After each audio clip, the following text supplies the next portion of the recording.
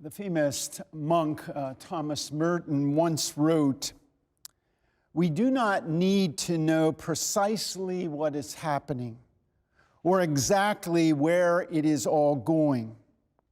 What we need is to recognize the possibilities and challenges offered by the present moment and embrace them with courage and faith and hope."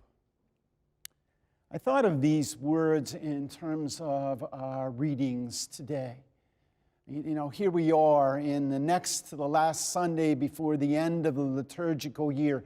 And every year we hear these sort of awesome experiences that are ahead of us, these frightening experiences.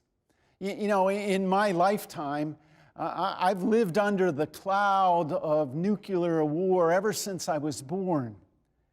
And there's been a lot of different kinds of methods to sort of alert us to that or to tell us how terrifying that might be, whether they be movies or miniseries or books or just documentaries on what could happen during a nuclear holocaust.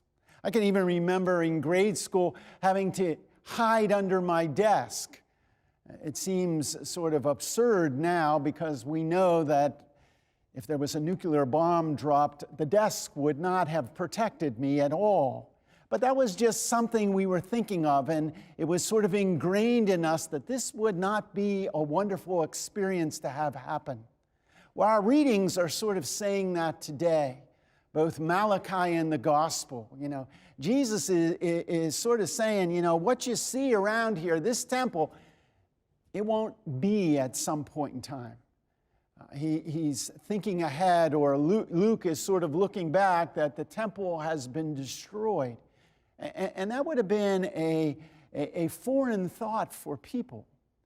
But Jesus is using it to say, hey, wake up. Be prepared.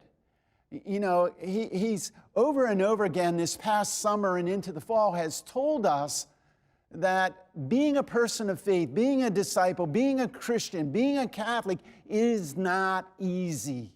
It's a challenge for us. If we say we believe and if we become baptized, then it's not a walk in the park. It's not a day at the beach. It's a struggle all of our life. Because this life means little in terms of eternal life. And our readings today are preparing us for that moment of eternal life. And we've got to be prepared and we have to work at it, just as Paul tells those in his letter today. We have to work at it. We have to work with faith and courage and hope, as Thomas Merton tells us.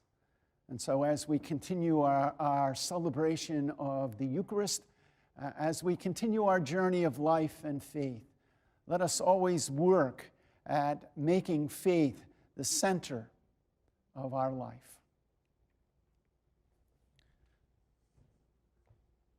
With perseverance and hope,